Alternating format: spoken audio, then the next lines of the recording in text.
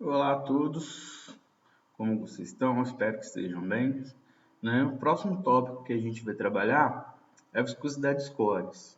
Então, antes de entrar nas maneiras de determinar essa viscosidade, né, eu vou passar um pouquinho para vocês aqui como a gente entende a escória no ambiente metalúrgico, né? O que é escória para a gente, como que ela é formada, né?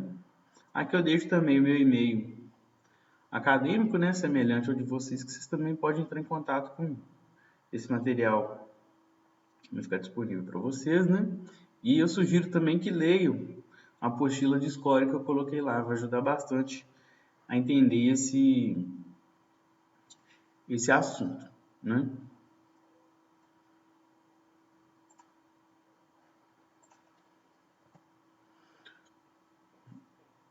No início a gente viu viscosidade de gases, né? São compostos, moléculas independentes, soltas, né?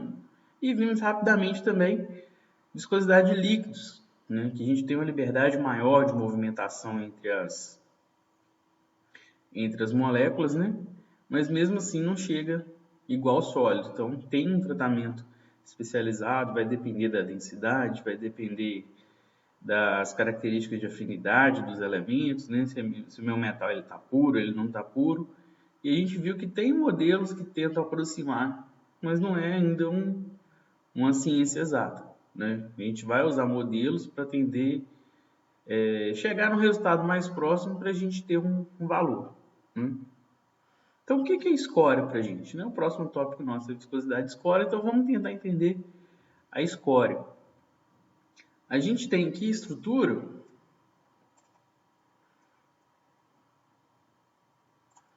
a gente tem uma estrutura aqui formada por tetraedros, né? Então, eu tenho no centro um átomo de silício, 4 átomos de oxigênio, então eu tenho aqui 1, 2, 3, e um outro átomo de oxigênio que está no fundo, né? No plano atrás aqui.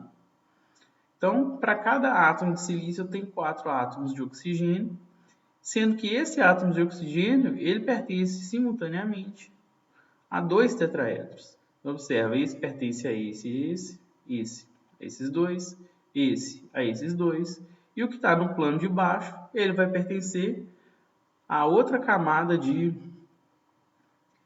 tetraedros que vai ter ali na nossa estrutura, né? Por que eu estou falando isso?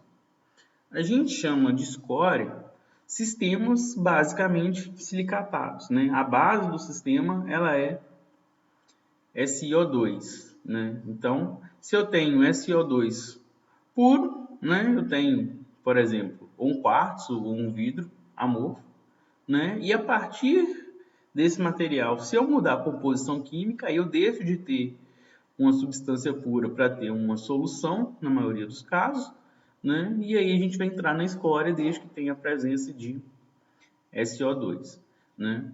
Alguns outros sistemas, né? Por exemplo, a gente já viu o ferro com carbono, teor de carbono alto, a gente chama de ferro gusa, né? Com teor de carbono baixo, são os ácidos líquidos, né? Então, para a gente aqui, a escória vai ser essa fase, né? Nós vamos trabalhar a escória principalmente no estado pastoso, né? No estado viscoso, que vai ser interessante para a gente estudar escoamento, e outras fases. Por exemplo, tem fase que é rica em sulfeto, né? Em não ferrose a gente estuda um pouquinho, em metalurgia dos ferrolíquidos estuda um pouquinho, né? Que são as fases que a gente chama de mate, né? Então vamos focar na escória aqui. Por enquanto, se a gente entende ela, entende as outras, né? Entendendo como que a escória é e como que ela fluidifica, né? Ajuda a gente até a entender os processos lá em siderurgia, em metalurgia dos não ferrosos e por aí vai. Então, inicialmente eu tenho uma rede perfeita, né? Só com SO2. Então, a gente observa que eu tenho uma dificuldade de movimentação desses tetraedros um em relação ao outro, da minha rede em relação a si próprio, né? Porque é uma rede toda fechadinha, né? A gente tem um cristal, a gente vê lá o quartzo, ele tem uma dureza elevada, etc. E se eu tenho SO2 puro, né? Isso aqui, para virar líquido, é só acima de 1700, 1800 graus, né? Então, eu preciso de uma temperatura muito alta para dar mobilidade a essa cadeia. Se porventura essa rede ela quebra, observa, né? Ou ainda, se eu passo de uma estrutura mais cristalina para uma estrutura mais amorfa, observa que esse anel aqui ele é diferente do de cá, que é diferente do de cá, né? Eu vou aumentando essa flexibilidade da cadeia, então eu consigo fazer com que esse material escoe. De novo, por que a gente vai mexer com escória líquida? Porque a gente viu que o sólido, né, independente dele ser cristalino ou amorfo, são materiais que, uma vez que eu tenho tensões nele, eles vão deformar enquanto a minha tensão está ali. Se eu tirar a minha tensão, o material ele para de deformar, né? Pode ser uma deformação elástica, pode ser uma deformação plástica, mas ele para. O fluido, né, é toda aquela substância que ela vai deformar de forma contínua, né? Mesmo que a tensão seja mínima. Né? Uma vez que eu iniciei um movimento, ele vai tender ao movimento. Então, vamos sempre pensar numa situação em que essa rede aqui ela não esteja tão perfeitinha. Né? Então, a gente pode pensar, olha, eu posso elevar muito a temperatura, né, para tentar quebrar isso aqui, ou eu posso modificar essa rede de alguma forma. Né? Aí que entra, por exemplo, a cal. Né? Os óxidos, normalmente, eles são do gênero feminino. Né? Se eu tenho uma rede de sílica aqui, bonitinho, os nossos tetraedros, né? Aqui eu planificando, eu represento SiO. Parece que é um O4, né? Mas a gente lembra que cada oxigênio está dividido para 2 tetraedros. Então eu tenho 4 oxigênios ao todo, mas dentro desse tetraedro, os oxigênios que estão ligados a esse silício é só metade de cada um. Então, metade de 4 dá 2, né? Então aqui eu tenho um SiO2, aqui eu vou ter um outro SiO2 e por aí vai. Quando eu adiciono a cal, CaO, o nosso óxido de cálcio, o que acontece? O cátion cálcio, ele separa do oxigênio e ele libera esse O2- aqui, né? Que aqui a gente representa na figura como essa bolinha branca. Se ele libera esse O2-, para onde que ele vai? Ele vem para cá, ó. Vamos comparar aqui, olha. Aqui eu tenho um tetraedro de silício, um tetraedro de sílica, outro tetraedro de sílica e esse oxigênio que pertence aos dois. Quando eu adiciono o Ca, quando eu adiciono a cal, aqui vai aparecer eu vou adicionar cátions, Ca, 2+, ânions, oxigênio, 2-, na minha rede. Para onde que esse oxigênio ele vai? Ele vai vir para cá, olha. É como se ele quebrasse esse tetraedro. Então, esse oxigênio que inicialmente ele pertencia a 2 tetraedros, ele passa a pertencer a um só. Ah, mas por que isso acontece? Porque esse outro de cá que ficaria com a defasagem de oxigênio, ele recebe o oxigênio que o Ca tá disponibilizando. Então, se eu coloco um oxigênio a mais na minha rede, então aqui eu fico com a região que eu tenho uma concentração de cargas negativas, né? Observe que aqui está tudo balanceado, né? Ou então está equilibrado. Agora aqui eu passo a ter uma concentração de cargas negativas por causa desse oxigênio extra. Então, o meu Ca, que ele fica solto na solução, né? A característica dele separado do oxigênio em solução, ele vai se aproximar dessa região, que aí a carga positiva dele contrabalanceia esse oxigênio. Quando a gente estuda soluções, né?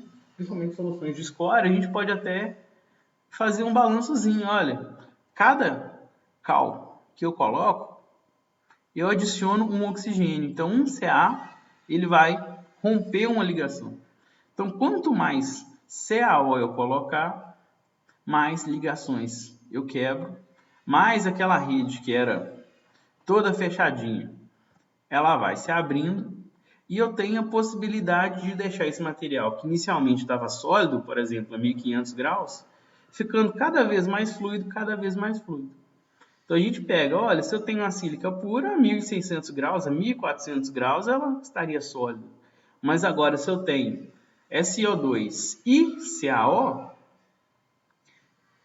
eu posso gerar uma escória, né? Agora uma solução de SiO2 e CaO, que pode estar líquida naquela temperatura de 1400, 1500, são temperaturas do nosso processamento, né? Principalmente na siderurgia. Olha que bacana. Como que a gente pode imaginar como que os óxidos vão se comportar? Essa formulinha aqui, ó, ela lembra lá a lei de Coulomb, né? A forma de atração. Né? Como que eu calculo a atração entre um cátion, entre duas cargas? Né? Eu tenho uma razão de proporcionalidade aqui em relação às cargas e a distância entre essas duas cargas. Então, eu posso somar aqui, né? O raio do cátion, o raio do ânion ao quadrado. Né? Essa força ela é proporcional, ela é inversamente proporcional ao quadrado da distância, né? entre as duas cargas. Então, observa que para o óxido de sódio, óxido de bário, estrôncio, cálcio aqui, ó, né? Vamos pegar os principais, né? Vamos pegar o cálcio, o óxido de cálcio, né? Que a gente vai chamar só de cal mesmo, que a gente está acostumado a ver com ela. Tem esse valor aqui, que é proporcional a essa força de atração, né? Agora, outros óxidos, olha aqui o MgO, o óxido de cromo, o Fe2O3, o Al2O3, eu já tenho uma força de atração muito mais forte, né? Aqui, quando eu pego o número de coordenação, é minha razão, né? Para cada átomo, para cada cátion, quantos oxigênios que eu tenho em volta. Então, a gente pega aqui, olha, para CO2, para cada silício, eu vou ter 4 oxigênios em volta, né? Com isso, a gente pode separar os nossos óxidos em duas características distintas. Esses óxidos aqui, que eles têm uma força de atração fraca do Ca com O, eles vão tender a ficar separados, esse cátion desse ânion, né? Agora, esses que têm uma tensão mais forte, eles vão tender a unir, a formar uma rede, a formar um reticulado. Então, esses átomos aqui, esses compostos, né, a gente chama de formadores de rede. Né? Para simplificar, para não ficar falando de formadores de rede toda hora, a gente vai chamar isso aqui de óxidos ácidos. Então, de agora em diante, sempre que a gente falar em um óxido ácido, é um óxido que ele tem a tendência de formar rede. Vai ser um óxido que ele vai atrair o oxigênio, né? Que ele vai aumentar, tender a fechar aquela rede lá. Se eu começo só com a sílica e adiciono, por exemplo, um P2O5, a minha rede ela continua fechada. Se eu adiciono um CaO, o que vai acontecer? Vai acontecer isso aqui. Ó. Por que o Ca ele separa do O? Porque a força de atração dele é baixa. Né? Ele tende a separar do O. Se ele separa do O, esse oxigênio extra está passeando, ele chega aqui e ele quebra a rede. Então, esses óxidos agora, que eu vou chamar de óxidos básicos, são óxidos rompedores de rede. Então, de agora em diante, sempre que eu falar em óxidos básicos, são óxidos que são rompedores de rede, são óxidos que quebram a rede. Se a gente imagina que a nossa escória ela tem que escoar, ela tem que fluir, qual situação que a gente pode pensar que a nossa viscosidade ela é maior? Quando eu estou mais próximo dessa situação, uma rede mais completa, ou uma rede mais quebrada? Se a viscosidade é a resistência que o material oferece à deformação, ao escoamento, né? Quanto mais fechado, maior a resistência. Então, já gravamos uma outra informação importante dessa aula, olha só. Os óxidos básicos, eles tendem a quebrar a rede, como consequência, eles vão diminuir a viscosidade. Tá certo? Olha aqui. Se eu adiciono, então, um cal, um óxido básico, numa estrutura da sílica, que ela é naturalmente em rede, eu vou tender a abaixar a viscosidade. Então, se eu pego a temperatura aqui, por exemplo, 1550 graus Celsius, quanto maior for a minha partição de CaO na minha solução, aqui em termos de fração molar, a minha viscosidade cai. Né? Se eu quiser saber que para meio, uma escória é 50-50, 50% de CaO, o outro 50% não precisa nem falar que é SO2, né? Porque a escória, se eu falo escória, tem que ter o SO2. Então, aqui vai me dar cerca de 0,4. Então, o log da minha viscosidade vale 0,4. Né? Se eu passar o 10 elevado aqui, eu vou ter o valor da minha densidade, da minha viscosidade em Fácil. Então, assim que a gente vai ler. Aproveitando o mesmo gráfico, a gente vê um efeito da temperatura. Quando eu aumento a temperatura, a minha viscosidade cai. Né? Ao contrário lá que a gente viu dos gases, né? Quando aumenta a temperatura, eu aumento a colisão entre as partículas, então aumenta a resistência que o meu gás ele vai oferecer ao escoamento. Em líquidos, em escórias, né? Em mate, de modo geral, em metais líquidos, quando eu aumento a temperatura, eu vou abaixar a viscosidade, vou favorecer. Né? Então, uma coisa que vai ser importante para a gente sempre, saber qual que é a composição da escória que eu estou trabalhando, saber a temperatura de trabalho.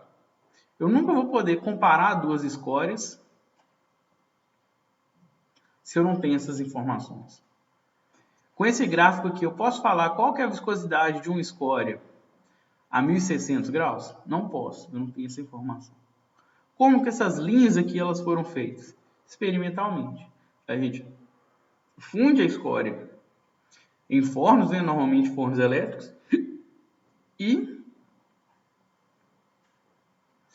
mede essa viscosidade com vários métodos. Né? Aqui a gente não vamos falar um pouco de como medir essa viscosidade, que aí já foge um pouco do assunto da aula de hoje, mas posteriormente a gente vai estudando a matéria, vai acabar aparecendo alguns meios, né, que a gente pode inferir. Pode até planejar alguns equipamentos com base nas equações que a gente vai obter. Né?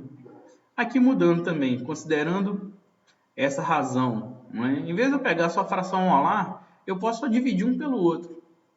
Né? Então, nesse caso aqui, a nossa escória, que tinha 50% de CaO em fração molar, né? Qual que seria a razão CaO por sílica? Olha, eu teria que pegar a porcentagem em massa. Normalmente, quando a gente divide isso aqui, a gente vai dividir pelo teor em massa dos elementos. Tá certo? Então, a gente tem que tomar cuidado com isso também. Para olhar um gráfico, a gente sempre tem que ver qual que é a proporção, né? Qual que é a unidade. Então, quando aparece assim, normalmente vai estar em porcentagem em massa, né? De certa forma, se eu tenho um valor maior que 1, eu imagino que na minha solução eu tenho mais CaO do que sílica, proporcionalmente. Se eu tenho mais óxidos básicos do que ácidos, eu tenho uma escória que eu vou chamar de escória básica, né? E aqui a gente tem para diferentes temperaturas, né? Eu tenho o valor aqui da viscosidade para várias escórias. Então, nesse gráfico aqui, eu tenho 3 escórias diferentes. Observa, estamos separando a escória. É a basicidade dela, né? A gente chama aqui de basicidade binária. Então, cada linha dessa aqui é uma escória. Para cada temperatura, eu tenho o valor de viscosidade. Né? Observa, ou eu fixo a minha escória e varia a temperatura para achar a viscosidade, ou eu fixo a temperatura e vou variar a escória para achar a viscosidade. Né? A gente tem várias variáveis ao mesmo tempo, então uma maneira de tratar para poder expor os gráficos é desse jeito. Agora, se a minha razão, se a O sílica ela vai diminuindo, né? Então aqui vai aproximando de 1, né? Então de 1,35, 1,11, 0,93, esse valor vai diminuindo, a gente chega no que chama das escórias ácidas, né? Então são escórias que elas vão ter uma tendência maior de manter aquela rede fechadinha, né? Então a gente pode pegar aqui, vamos pegar essa escória que é mais ácida que está representada, a 1500 graus, a viscosidade dela vai estar aqui na ordem de 3, né? Quase. Agora aqui, ó, se eu pego essa aqui, que ela é muito básica, a 1500 graus, olha a viscosidade dela, né? Tá até mais alto, né? Que aí vai entrar outros fatores, né? Mas vamos pensar. Normalmente o que a gente tem para a mesma temperatura, quanto mais básica a escória, mais viscosidade.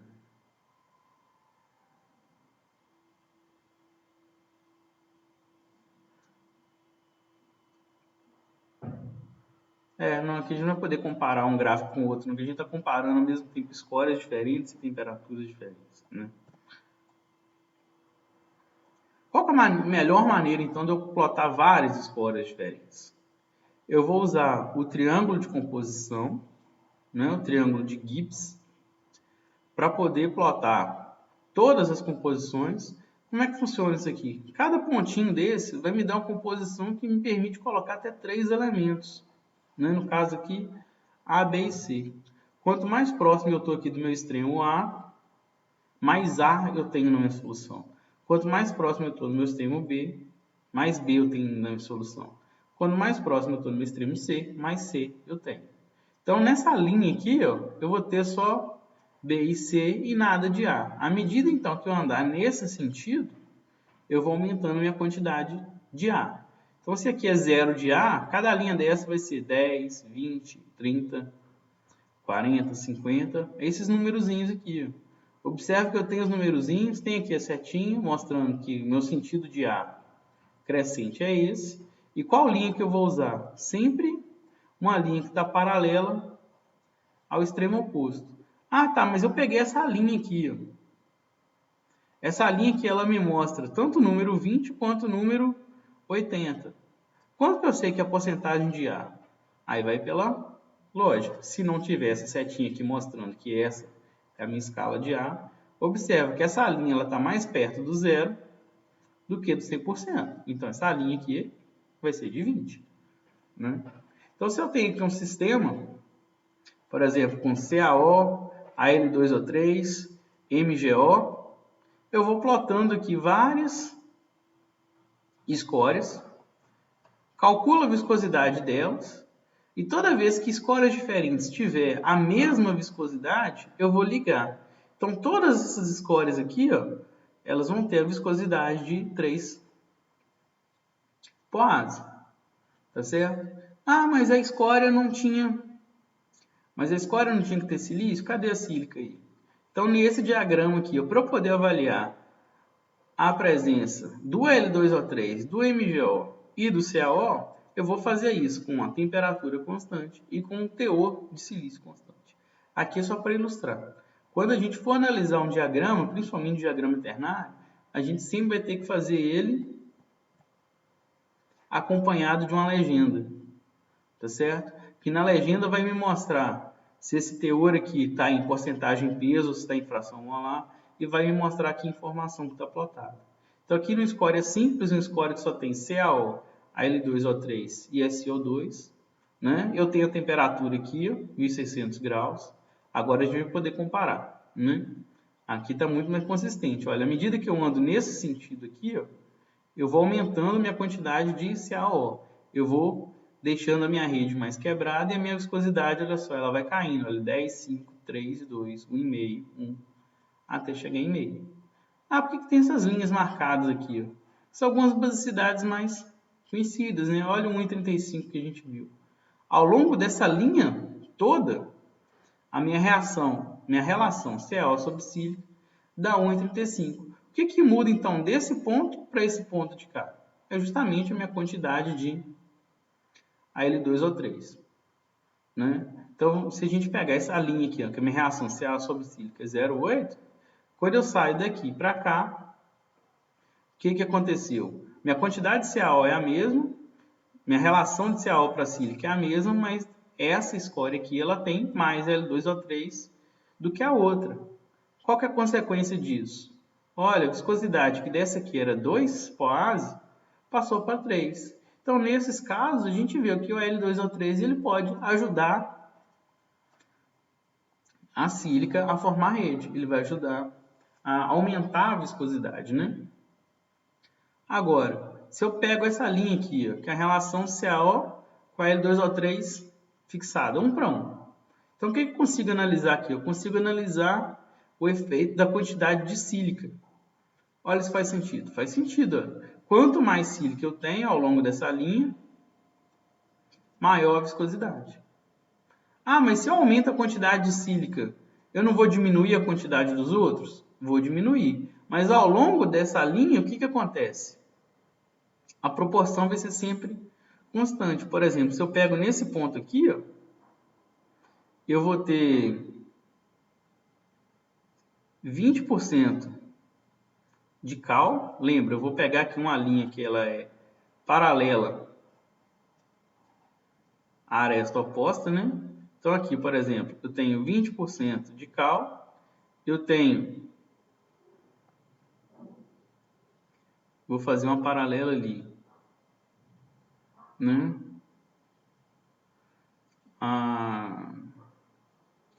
O L2O3, então vai ter que ser assim.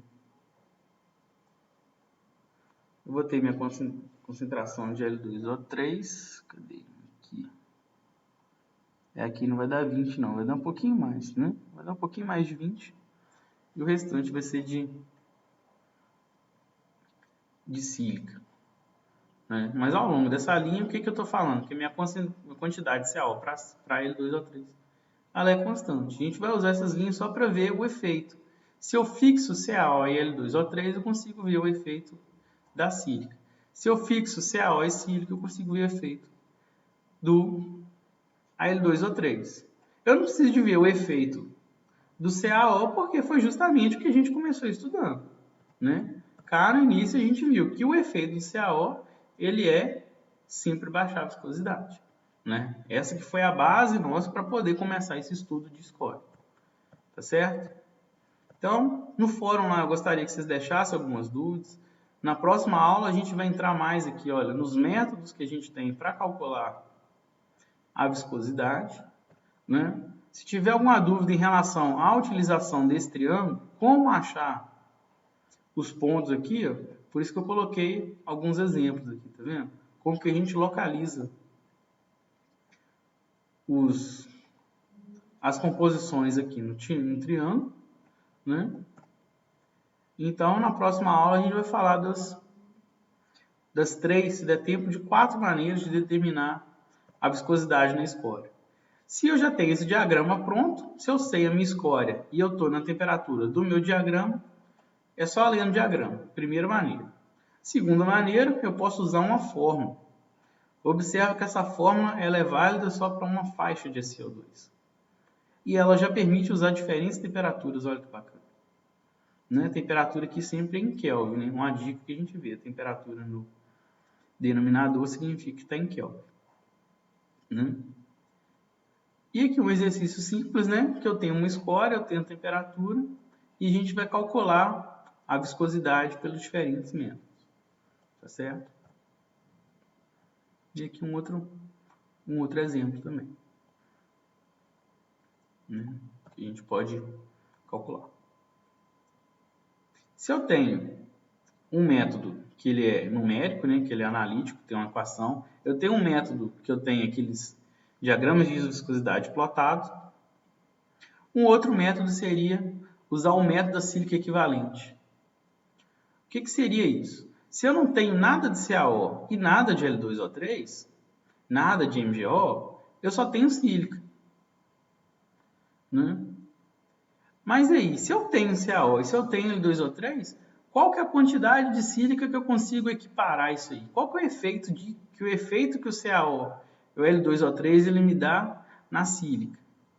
Porque aqui agora eu vou ter uma relação genérica de escória, que eu tenho a viscosidade da escória para diferentes quantidades de sílica.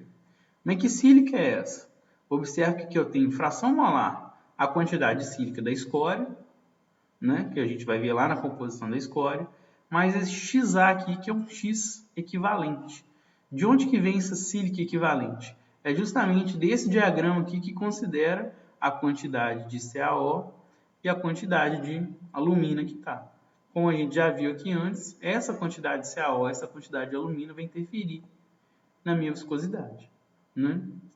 Então, qual que é a vantagem de usar esses ábacos? Eu faço algumas continhas na mão, só rebate, papum, acho a viscosidade.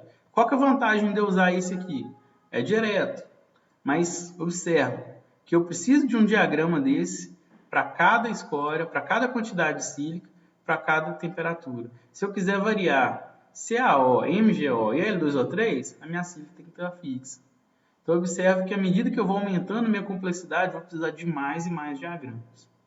Né? Aí, por que eu não uso sempre então, só essa equação aqui, que eu coloco ela no Excel e resolve o problema? Ela tem aqui uma limitação de teores de sílica. Ela não vale sempre e, como eu falei no início, o que a gente trabalha aqui são modelos. Né? Os modelos eles são desenvolvidos para ajustar aos nossos gráficos. Né? Mas é isso, se o modelo não ajusta ao gráfico, se o modelo não ajusta aos nossos dados, significa que o modelo está errado? Primeiro a gente vai conferir se a gente fez os testes certos. Né?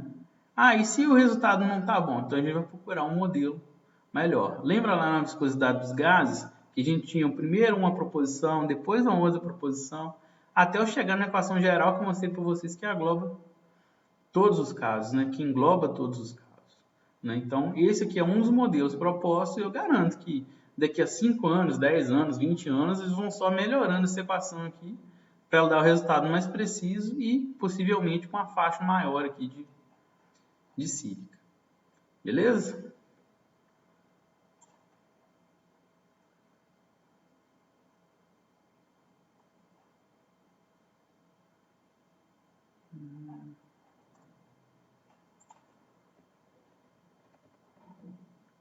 Então é isso, gente. Agradeço e aguardo aí os comentários de vocês.